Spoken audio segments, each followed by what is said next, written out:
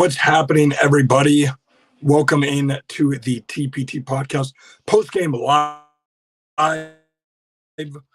going over the Raiders game. We're going to have my co-host Zach be here in just a moment. But come in, guys. Feel free to drop a question below.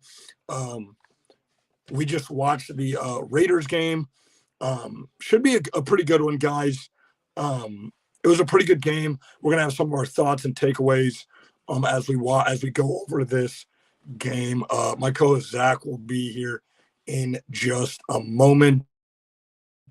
My initial takeaways from the game: the Chiefs. This was kind of always a get right game for the Chiefs to begin with, and I think looking back, as you have a game like the Eagles, and they Chiefs kind of come to this game, and initially they were kind of lackadaisical and lazy. But I'm not too worried about what transpired with the Eagles game. And going to this game, we'll have a lot of your guys' thoughts on here as you guys continue to comment.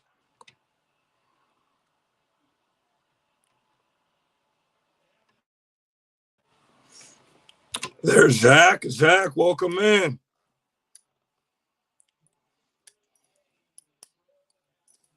If you can hear us, Zach. Yo.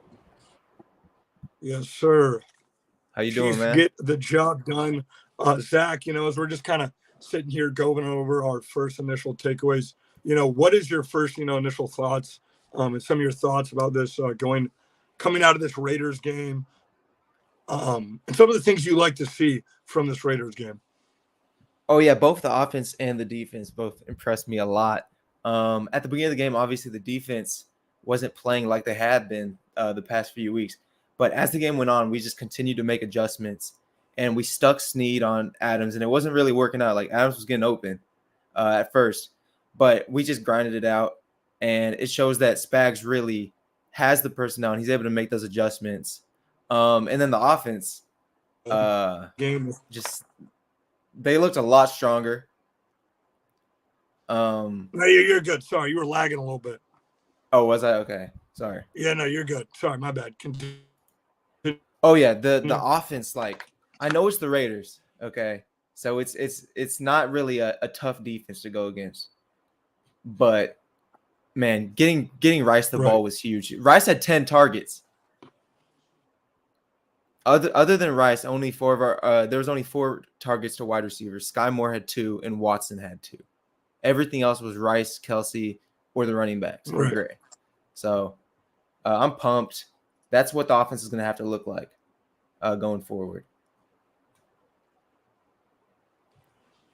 Yeah, I thought so.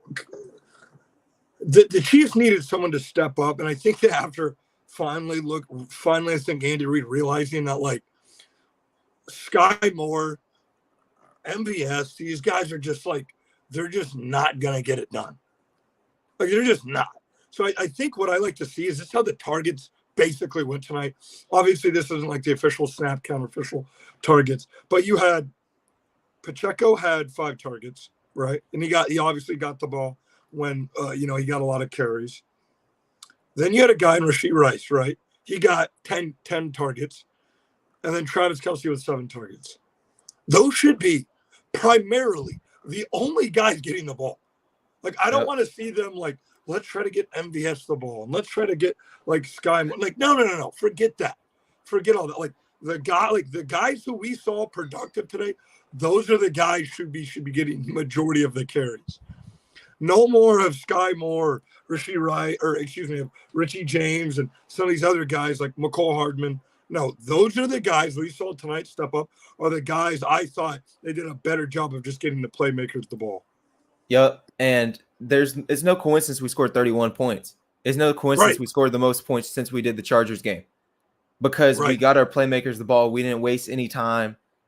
This is what the offense is like. We've talked about in the previous podcast. Like, we're gonna have to water down our offense a little bit. We can't spread because Mahomes spreads the ball unlike any quarterback. But if we want to be as successful as we can be, we can't do that. We're not going to be successful giving Kelsey the same amount of targets as we give MVS or as we do Sky Moore. And so this is what it's going to have to look like. And I'm just pumped after that performance. Mahomes played great, don't you think?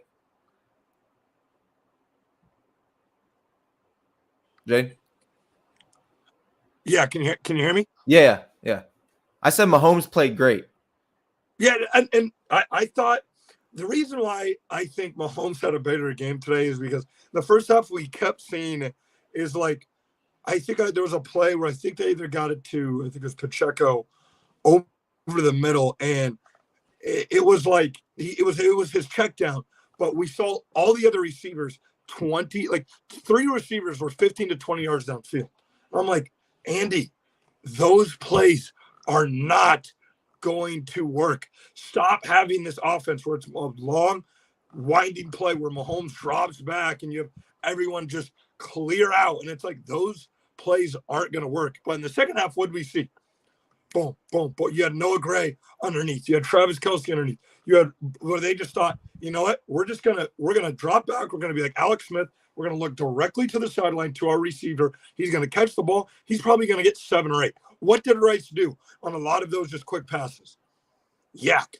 He's not. And I always tell my dad this as we watch the games, and a lot of people that watch the games to me is like, he's not Tyreek Hill. He's not like just a burner, but he's the type of guy where like when he gets the ball in his hands, it's like he has a boost.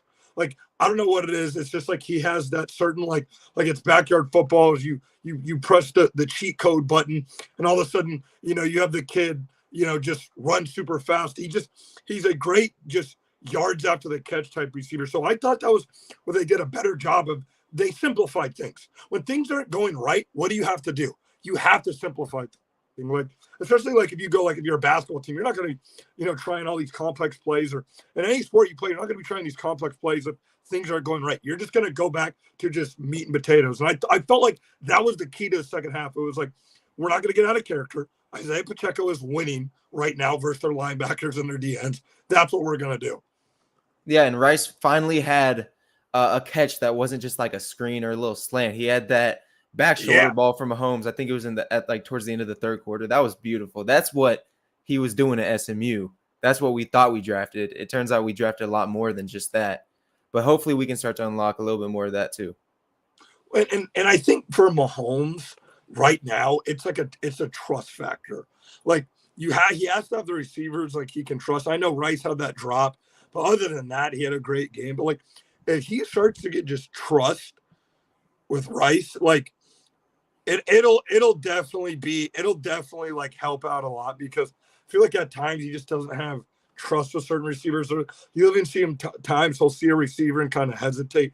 But right now I think that was his it definitely is trust with some of the receivers. But what's up, guys? We got some people joining here. Moses, what is up? Good to see you in the chat. Feel free to comment if you have any questions for me or Zach, guys. Feel free to share this live. This is kind of the first time we've done a post-game live here. So it's good to see some of you guys here. Make sure you guys want to share this live, share it with some friends. So, as Moses commented, you have Rice step up. Is there anyone else, Zach, you kind of looked at this game and you thought someone stepped up? Yeah, Noah Gray stepped up. I've always thought like Noah Gray, when he gets the ball, he's probably our 4th or 5th best pass catcher behind the 3 guys we named. And then Tony always shows flashes. So Noah Gray always like out of nowhere step up and be a really reliable guy. Also, Jawan Taylor kept Crosby in check most of the game. Now he had a couple penalties there towards in the second half, and then they showed the stat early in the broadcast that he has the highest time to pressure among tackles in the NFL, which that's who we signed. We're like, this guy's an elite pass protector. He's not great in the run game, and he will get penalized sometimes, but he keeps our guys safe. And I thought I was watching. I was focusing on him lots of the snaps, and I noticed he was just doing a great job. Yeah, it's so weird with Jawan Taylor, because it's like he has the most penalties in the league, and so does Snead, which I'm going to get to.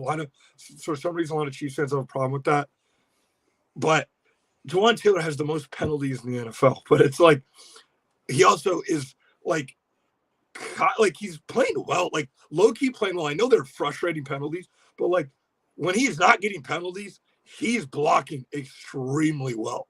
Like he really is. Like you just mentioned, they showed on the broadcast that he's giving the most time out of any other tackle in the league. Like all the tackles in the league, Trent Williams, all of them. He's giving Mahomes the most time in the league, which also brings you like that's why the receivers got to get open. But he had a good game. Like I thought he had a good game. I think he had a false start. But this was pretty much the penalties weren't a big deal in this game to me. But I feel like Juwan Taylor had a good game. I felt like the offensive line in general, especially running the ball. Like that's one thing I want to get straight is like Juwan Taylor, Donovan Smith. You may say, "Oh my God, they get penalties this and the other." They've been perfect for Pacheco this year. Like we know the interior line is going to be good for Pacheco because you have just 3 Pro Bowlers in the interior, but they've been great for Pacheco. Yeah, I mean, I think that's mainly the interior giving them a lot of help. They don't have to, we do outside runs, but all Creed and Trey and Thuney really pick up a lot of slack for, like, I wouldn't say they're definitely not as good as the tackles we had last year when it came to running the ball, especially Juwan Taylor. Orlando Brown was great in the run game, and Wiley was serviceable for sure. But yeah, we're signing them as pass protectors. They're tackles, and so as long as they're not just terrible in the run game, they're doing fine because they're doing great protecting the quarterback. And you talked about penalties, and the Raiders, did they have a single penalty? I know. So it was weird, which I didn't understand on the broadcast. I think it was about the second quarter, or it was the when Justin Watt scored the touchdown. He kind of got into the linebacker's face. It said first penalty of the game, but before that, Snead got one. So I don't know if they're differentiating a penalty like a personal penalty, or if they're talking about like a flag where it was like full start or holding. I can't remember if the Raiders got one or not. They may have, but I can't remember off the top of my head. Grizzy in the chat saying, Jayden, who was your player of the game? Grizzy, my player of the game. So, as we filter through some of these comments, I appreciate that, Zach. Yes, we look at some of these. My player of the game has got to be Pacheco. I wanted to get to the player of the game a little bit later, but everyone's going to look at Rice, and as much as like he was the player we needed of the guy we needed of the game. Like I don't know where we'd be if we didn't have Rashee Rice. Like if Rashee Rice wasn't producing, like it would be in trouble. Like he is my new favorite guy. Like I think, and you mentioned it earlier, like he's a guy that can be able to be a jump ball receiver here soon. But I think it's got to be Pacheco. Pacheco just picked up like big third downs and even those touchdowns. I thought he had a great game. So I think Pacheco definitely kept it balanced. Another guy I kind of want to give a shout out to, I know maybe a weird one, was Clyde Edwards-Helaire. I feel like Clyde with Jerick McKinnon out came in, and it may have been like Jayden. He had like 15 yards. He had 12 yards. But he had a crucial third down. He got him all the way down to the 1 yard line. Shout out Clyde, who a guy who doesn't get played much. He had I think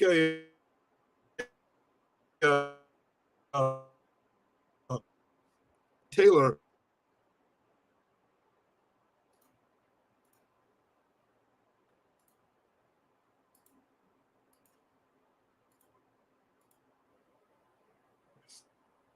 But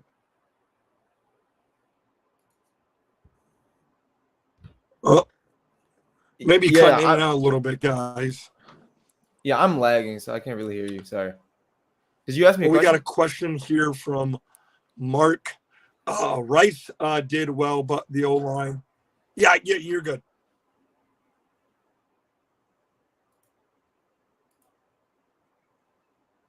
We'll wait for him to rejoin real quick, everybody. Yep, I can hear you. Yeah, I'm here.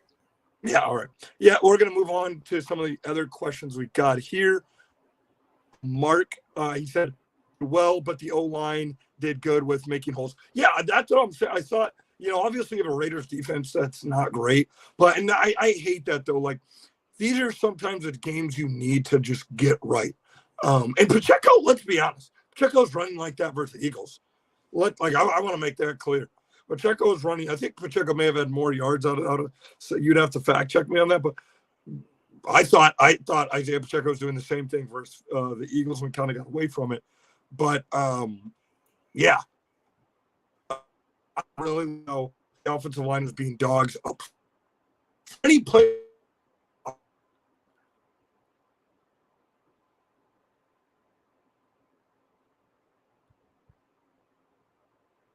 Jayden? Oh, I must cutting in and out here a little bit. Hey, what'd you ask? Cutting out a little bit here. Yeah. No, yeah, I lost you a little bit. No, so is there any players you thought you saw in this game where you kind of had an eye on and they either met expectations or they didn't meet expectations?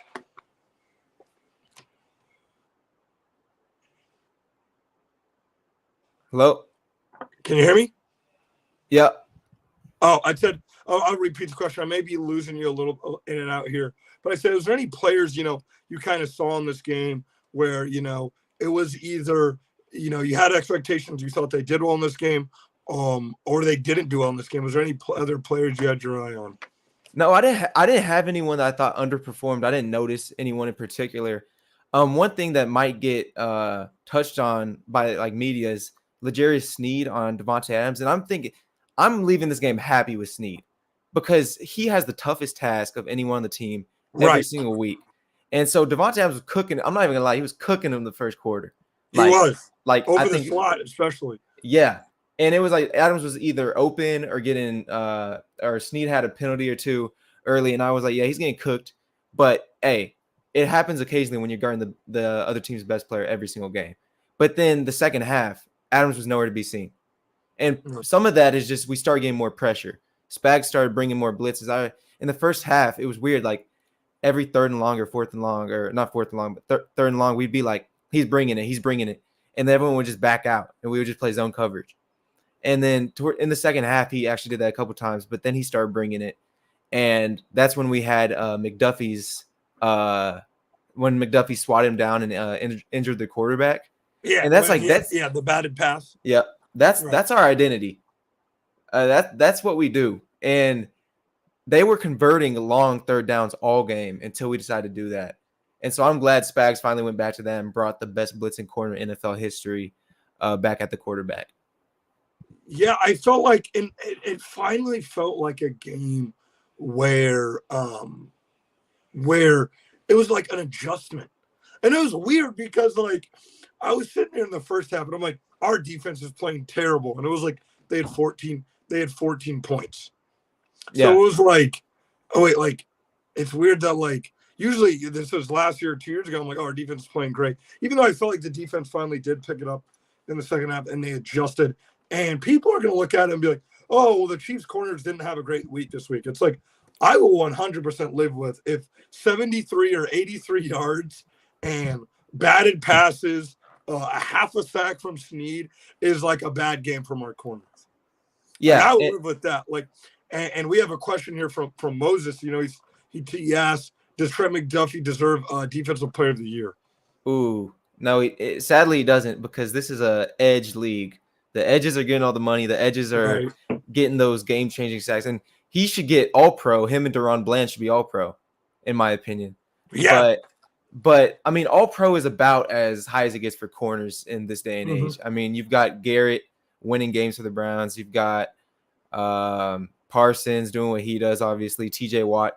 And so I don't think he gets DPOI, but first-team all-pro for sure. Yeah, and my thing is like they had if they gave an award out for like each position, like corner of the year, quarterback of the year, like Sneed would for sure win right now. Him and Deron Bland would be up for cornerback of the year. But Deron Bland, the only thing with him is he's just getting the pick sixes, but McDuffie's getting sacks, forced fumbles. He doesn't have the high interceptions, but like they're using him almost like he's like a linebacker safety type role. But the way Trent McDuffie's playing right now, and like he is in his second year, like I don't even know if he's my age. I don't even know if he's 23 years old. Like he is playing at such a high level at that age. He should definitely be all pro. I do feel right now he is the best corner in the league. People can say, Sauce Gardner and guys like that. I strongly believe he is the best corner in the league right now. Yeah, for sure. And but we should put some respect on Duran Bland because he's not just pick sixes. Like he's locked down. Yeah, no, yeah. PFF has him graded as the best corner in the league with like almost a 90 grade, which is unheard of for corners. So he's not really doing work over there in Dallas. But we have the best cornerback duo, and Yes. they know their role and they play their roles better than anyone in the league. Right. We got a question from Grizzy. Zach, if you can see the comments, if you want to get this one. Do you think the Chiefs can bounce back and compete with a team like the Bills, Eagles, Niners? Yeah. Yes. What? Yes. There's no reason we would have to even bounce back to be in that conversation. Because first of all, we just barely lost the Eagles. Mm-hmm. The Bills are the 10 seed right now. So unless Pittsburgh and Cleveland start dropping a bunch of games, they're not even going to make the playoffs.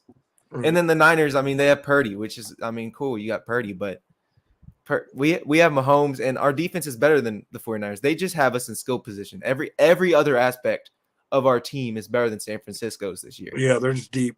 Yeah, they still have, you could say they have a better roster than us, but we have the defense that they had last year, basically.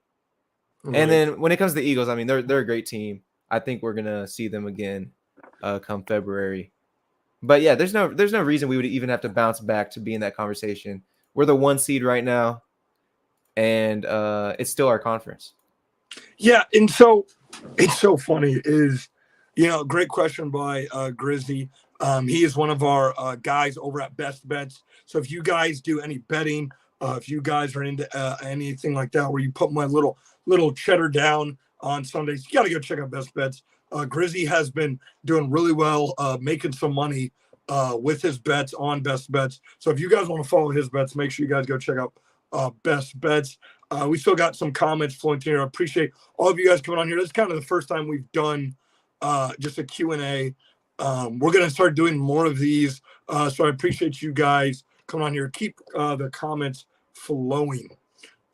So getting, but touching off of what Grizzy's saying is a lot of people, it's like they watch that Eagles game. They're like, oh, like the Chiefs, like they just can't compete. Or some people are saying like oh, we'll see how it is when they play the good teams. Like you guys can call me biased, you can call me a Chiefs homer. Watching that game, and a guy like Dan Orlovsky agreed with me too on ESPN, and so did some of the other guys talked about it. The Chiefs were the better team in that game versus the Eagles. Yes, they collapsed in the second quarter. Yes, they could not catch the ball.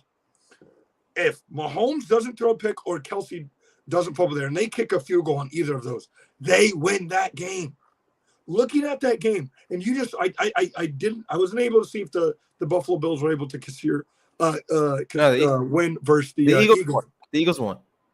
The Eagles won? Yeah. The Buffalo is 6-6, gang. So Buffalo's 6-6. They're not in that conversation, bro. Yeah, so that's the thing. The Buffalo, man, I wasn't able to catch the end of that game, but Buffalo, they're so good but so bad. Like they're our toughest team coming up, right? Like I'm not gonna go to that game like thinking it's Raiders or it's like the Packers we have next week. No, I'm not stupid, but like they're not a team where it's like I should be sitting there saying shiver me timbers. The Chiefs are just like, we got to sweat it out versus a team like this. They have playmakers, but they can't put it together. They can't. And the Eagles didn't even play well in this game. I wasn't able to watch the outcome, but a team like the Bills, I don't think the Bills are going to be a team that makes the playoffs. There's some more comments filtering through here. Appreciate all of you guys. Dustin, welcome in. Dustin is one of our other guys here at Best Bets. We have Moses with another question. As of right now, who do you think deserves the MVP trophy? Zach, who do you have right now as MVP? This is the weirdest year for MVP right now. I would, if I had to give it, I would give it to Tyreek. 100%. I would too. Yeah, it would be Tyreek's. I mean, he's on pace for 2,000 yards, triple crown. He's on pace for the triple crown, which when Cup did, it was crazy. We're just used to Tyreek being this good that I'm pretty sure he's only trailing Keenan Allen by 1 catch. Other than that, he leads in touchdowns by a wide margin. Same with yards. I give it to Tyreek, but if it's quarterbacks, if it's really a quarterback award, you got to give it to Dak at this point. but he's going to have to beat Philly. If he gets swept by Philly, there's no way they give it to him if Hurts is also in the conversation. Yeah, so for me, it's like if I had to put money on, it, I'm assuming they just give it to Hurts because like if he goes 14-2 or whatever it is 15-2, they're just gonna give it to the best quarterback. Like, Yeah, that's like if but I can you hear me? yeah, Okay. sorry. Yeah, if I had to give it out, I would give it to Tyreek Hill. Yeah, and I think if I had to put money on it, I would do Tyreek Hill too because his odds are stupid. I mean, last time I checked, his odds were like over 2,500. It's like he's been the best player in football all year. Correct. Like no quarterback has good stats comparative to most years. None. Like I would be putting the house on Tyreek because it's like I could 20 times my money or whatever, and he's not even, which he should be the front runner right now. Yeah, it's just like knowing the NFL, and I hate that they do that. Is knowing the NFL, like they hate giving it to like non-quarterbacks. But I think Tyreek Hill absolutely deserve it. As we're gonna move on to some of these other questions. Grizzy has a question. Zach, if you want to get to this question. Do I think the AFC playoffs will run through Arrowhead? Yeah, I assume they will. I mean, we control our own destiny. If we win out, we're the 1 seed. I feel like if we drop a game, we'll still probably get the 1 seed because Baltimore's schedule is a little bit tougher than ours. And then we know the Jags and the Browns, like, they're not for real. And so they're probably going to drop some games. So I think it will go through Arrowhead. But if it doesn't, it also isn't the end of the world because there's no, like, if it didn't go through Arrowhead last year with Buffalo and Cincinnati, right, I could have been worried. Right. Like, that would have been bad. But this year, it's like we can go to Baltimore. We can go to Jackson. I know we can go to Jacksonville. No one's scared of Jacksonville, especially Right. so if it goes through Miami, that's a little different because their offense is that much better in Miami. Yeah, so it's so funny because like I would say the consensus, right, is like the Chiefs are not as good as they were last year. I think that is what people's overall consensus is. Who do you look at in the AFC where you're like, crap, the Chiefs have like this is gonna be just a grudge match for the ages. It's like I'm not gonna be disrespectful to the Ravens, but it's also like they just lost Mark Andrews. If you can get them out of the pat, like, well, it's easier said than done, but like they're not a passing team. They're a one-dimensional team. They are. They're great at it. They can run the ball great. And they have the best playmakers they've had in Baltimore. But it's like that's the only team where like, yeah, you don't want to play in Baltimore, but like Jacksonville would be primarily Chiefs fans. I'm trying to think who else would be up there. Well, there's no one to think Miami. of. There's no one to think of. Florida. I can tell you it'd be primarily Chiefs fans in Miami. So it's like, yeah, you don't want to play Miami because they're a tough team, but it evens out. I think, the Chiefs receivers and kind of that going on, plus the talent around them in the AFC kind of evens out. I mean, I wouldn't say the Ravens are one-dimensional anymore. They have a new offensive coordinator now. And Lamar's been slinging it. Okay, he's a lot better. Yeah, yeah. And now Mark Andrews is a big loss because that's still his favorite target. Like watching them, if he needs anyone, he's finding Mark Andrews. But there's no one that truly scares me except for Miami. If we were to have to go to Miami, that's the only team that I think we're gonna go to the Super Bowl, and I think it's gonna be one of the easier paths that we've had so far. Yeah, and that's why I say it's weird because like the Chiefs fans' confidence levels right now are kind of down, but it all evens out in the end. Chiefs fans, I think that they're down overall, but they're varying. Like some Chiefs fans think it's the end of the world, right? And some Chiefs fans understand like logical. This defense. Yeah, they're a little more logical. Like this defense, Andy Reid and Mahomes are going to figure out how to put up 24, 28 points. So that's the train of thought I'm in right now. We got more questions filtering. Who is out there for a receiver to pick up? Can we this year? I don't know about this year. At the end of the year, you asked who's a receiver we think we can pick up this year. I don't know if there's a guy out there in the free agency. Maybe Jarvis Landry. Do you think there's someone out there right now, or do you think that's more of an end of the season thing? Andy Reid is not one to pick up a receiver mid-year. Like Tony was different because he's a gadget guy. He was our punt Right. returner last year. But I mean, we picked up plenty of like depth pieces, defense, especially D linemen over the years. But I mean, if it's hard for people to understand our offense through an entire offseason, there's no way we pick up a guy and they contribute just picking them up midseason. Right. We got another question from Moses.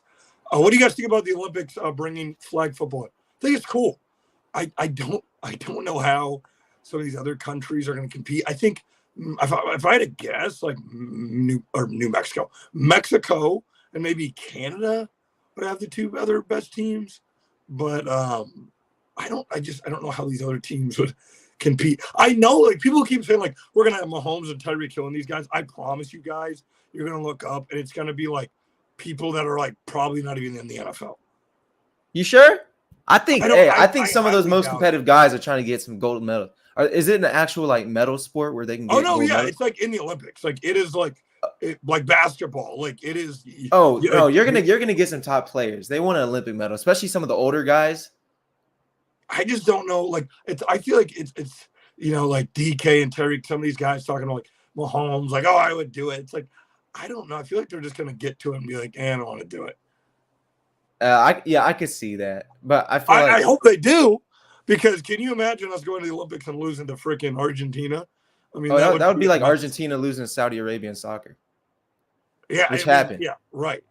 So it's just I have no idea what they're gonna do. As we look at some of your more comments here, Moses, what do you got? We got another one from Moses. Zach, if you want to get this one, as I look at some of the other comments you have here. How far do you think the Cowboys will go in the playoffs if they make? They're gonna make it 100%, and I think they look like the third best team in the conference, but it's like on paper and how they've been playing recently, it should be first, but we've never seen them be competitive with the 49ers. And the Eagles just beat them a couple weeks ago.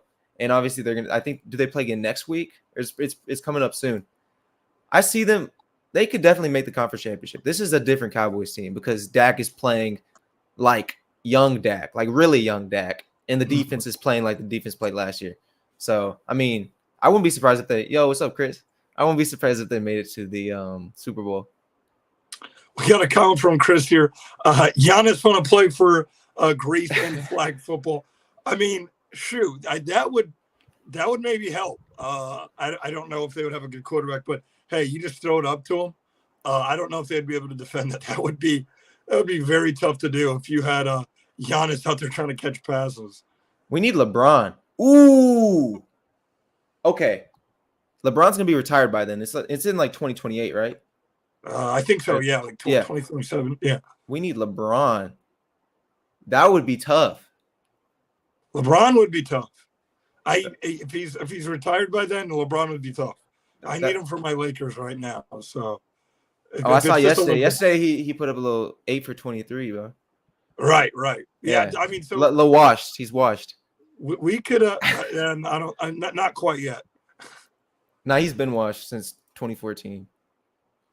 What we have another question from Moses. I would like. What is a sleeper team in the NFL right now? A sleeper team right now. I don't like Jacksonville. I wouldn't say is a sleeper team. But like I think Jacksonville is one of the teams that doesn't get as much love. But they're definitely a team that's up there. Maybe even like the Seahawks at time is like a sleeper team.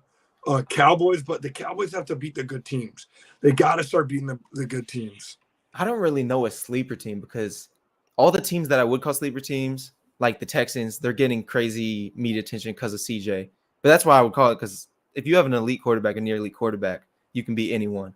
And then the Cowboys get all the media love. Typically a team that's second in the division like they were, I would call them a sleeper team, but the Cowboys. Right. Yeah. So, I mean, there's some out there. I think the Broncos are starting to pick up some steam. I don't know if they'll make any noise. They could potentially make the playoffs. If you mean just like a sleeper team to make the playoffs, Mo, they're definitely a team that could just I don't know, sneak in there. But yeah, there's some teams that are definitely in there. That could make it. Another comment right here. The Chiefs need another go-to guy. Do you think they'll sign Moses Vargas? I don't Yeah, know he's if a the Chiefs. troll. I don't know if I don't think they'll sign We got a Moses troll. Vargas. I don't know if they have enough cap space for a guy like Moses Vargas. But yeah, let's as we we're starting to wind down here on the live show. Let's get back in a little bit more of some of the Chiefs. If you guys have any more Chiefs related questions, just going back to this Raiders game, I just feel like the blueprint of the second half was just how our offense has to be ran. Of course, it's like, well, yeah, Jayden, of course, because we scored 31 points and we played it. It's like, no, just we still punted in the second half. Just the structure of our offense. So it was like timing, get the ball out quick, not try to just be downfield and just look for guys downfield. Mahomes wasn't forcing passes, in my opinion. I don't think he was forcing any passes. So what is just like your overall takeaway of like how things are run today offensively? It was so different than most games this year because, like you said, he wasn't forcing anything. There was not any passes that were close to being picked off that I can remember, which that is the key. If you have a defense that's good, just don't give the ball to the other team. You can punt. We have the best punter in the league. So punt, start them at their 10. They need 90 yards to get a touchdown. Get it back. Don't turn the ball over. Punt. Like, we have this really, like, it's more like I wasn't alive to see this, but it seems like a late 90s style of play, early 2000s, like Patriots. Like, Tom Brady didn't turn the ball over. Their defense was nasty. They put up 21 points. Super Bowls, 3 of them. Yeah, and that's how, like, it's so weird. I think, like, and you gotta like look at it from like Andy Reid or like Patrick Mahomes' perspective. Like, when you've been such a like a just a team that's been able to just sling the ball downfield, and you've been just kind of a team that's just like get the ball out downfield, get it to your big time receivers, just have them go get it, to a team where it's kind of like, hey guys, we kind of have to be boring, but like it moves the needle downfield. And that's how it kind of was last year. Like our offense wasn't really explosive. Every now and then you'd have a big play with Juju who'd make someone miss and go. But look what, you even had Sky Moore and some other guys today. Like, look what happened. Like, you got the ball in Rice's hand. He would make someone miss, and then he's down the field. Hey, that Rice touchdown, man. He's bro. What I was thinking when I saw, I was like, he's great after the catch, but he's less of a Tyreek like speed after the catch, more of like a Debo. Like, he's fast, but he's not crazy fast, and he's great at making people miss. Like he can get physical. I feel like he's quicker than he is fast, though, because he's able to juke people like that. Man, I'm just excited to get to witness this, and we are gonna see him. I think this is his breakout game. But until the playoffs and into the playoffs, he could average like 60, 70 yards a game because he's the only receiver, like actual wide receiver, that Mahomes trusts. Yeah, and I agree with you, man. Like, I feel like this is the game where it's just like, okay, like Mahomes is like, all right, like that's my guy. I don't care how we get him the ball. Like, he has to get 7, 8, like not just targets, touches. Yeah. Like, he's got to get those touches. And we saw even like Sky Moore, like usually we see like just from the younger Chiefs receivers. And I think we're going to start seeing now is like the last 6 to 7 weeks of the season, they're just like, they start to like, oh, wait, this is what Coach Reid wants. Like, oh, he wants me to run it like this instead of like how I've been running it like this.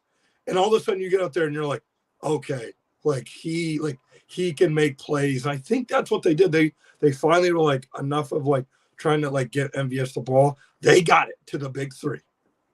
Pacheco, Travis, Rice. That's it. And I'm really thankful that the Raiders don't know to cover Kelsey, because some of the teams have learned how to cover Kelsey, like the past few weeks, Denver, Los Angeles in the second half, and Philadelphia. And they still don't know. They're still clueless, just like they have been for the last 9 years. Yeah. I thought honestly, I think there was over on yards, and they talked about it on best bets on our TPT betting show. Is like whatever Kelsey's yards are, you got to take the over versus the Raiders because they for some reason they hate doubling him. Um, they always just want to put a smaller either linebacker or safety on him. So yeah, they always want to just they can't defend him. But I just thought Andy Reid did a better job of giving to his playmakers.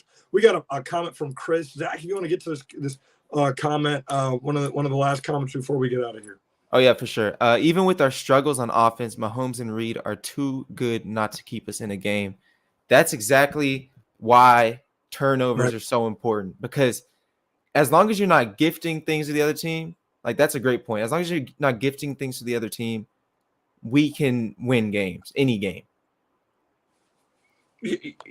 So it's so funny, and I think we talked about it, is like you finally have a defense where it's like if you start putting up 24 to 30 points a game, like teams cannot win. Like you name me a team, right? So we lost to the Eagles, right? They're like the Eagles are the best team in football, right? Even if we played how we did versus the Eagles, we go play like that versus the Ravens, they'll win a game like that. How they played versus the Eagles. I just and I hate to get cocky. I hate to just after a win and after a tough loss we're kind of all down, and now after a win it's all kumbaya and roses. But it's not. There are still some flaws with the receivers, but I don't see how the Chiefs don't get anything short of the AFC Championship game. I don't see if we run. Let's say even Jacksonville we run to in the divisional round. We dealt with Jacksonville last year when Mahomes got injured. We dealt with Jacksonville in Jacksonville earlier this year. Right. There is I would bet the house that we beat Jacksonville. I would bet the house that we beat Cleveland, Pittsburgh. The only team I wouldn't is Miami and Baltimore, but we're not likely to run to either of them until probably the conference championship. AFC Championship game. And I don't know how a guy like Tua gets in the playoffs and if the lights are too bright. I mean, honestly, I think there's a scenario where we see Jacksonville in the AFC Championship game. I really do. I think there's a scenario or a path where you could end up seeing Jacksonville in the AFC Championship game where all of a sudden they get hot just passing the ball. Again, Baltimore, the only reason why I say this, and it's like, but Baltimore's cooking. Baltimore just, for some reason or another, they just don't perform in the playoffs. They just haven't in the last couple of years. They just haven't been able to team that playoffs. I don't know if it's because teams just get them to be one-dimensional, even though, like you said, Lamar's been a lot better this season. But I think there's an opportunity where the Jacksonville Jaguars could be an arrowhead if the seeding, the seeding would have to be right for that to happen. But in the first round, you're most likely going to play Pittsburgh or the Colts or this conference has been gift wrapped. Like seriously, if you look at the take NFC, away the Bills and Bengals. Let's look at the Bills' schedule actually to close the year out, because if they miss the playoff, man, and I just don't think there's a threat outside of those teams. I don't think there's any team that I'm just scared of, because again, the Bills, you can say what they want. It's like if they get into the playoffs, it's all fair game. Yeah, the Bills, they have a bye next week. They have a bye next week. Then they play us. Then they play the Cowboys. Then they play the Chargers. Then the Pats. But the Pats already beat them once this year. And then the Dolphins. That is probably either 2 or 3 losses, which means they either end with 8 or 9 1 losses. and 2. They're done. Yeah, they're not making the playoffs. Hey, we got a playoffs without Joe Burrow or Josh Allen. Stop playing. And I'll take that all day. I guys, before I get out here, I want to thank all of you guys joining our first live show, post-game live show. There was a good amount of you guys on your asking questions. Loved all you guys' questions. We even got to talk about Olympic flag football, so that was fun. We will be back for more of kind of a Raiders a preview, and then a look ahead to the Sunday Night Football in Green Bay. We got a rematch of Super Bowl I, the Packers and Chiefs, an old school type game with the Chiefs and Packers should be a good one. Zach, any final thoughts about this game before we get out of here? About this game, I mean, that was a great display. That's exactly what I want to see. Adjustments on defense and some consistency on offense. That's all I need to see today. I'm excited to see Mahomes play for the first time at Lambeau. Yeah. Mahomes' first time at Lambeau. I think it's first time playing the Packers, because every time where he's supposed to play the Packers, or maybe it's the second time. He played a Jordan Love. Right. Yeah. It's Aaron Rodgers has never played Mahomes. That's what it is. Yeah. But excited. Go beat some cheeseheads. Hope everyone had a happy Thanksgiving. I didn't really get to touch on that, but Zach kind of touched on that on his great episode recapping the Eagles game. We'll be back later in the week looking ahead to the Green Bay Packers. Hope everyone has a happy Victory Monday tomorrow, and go Chiefs, everybody. Peace.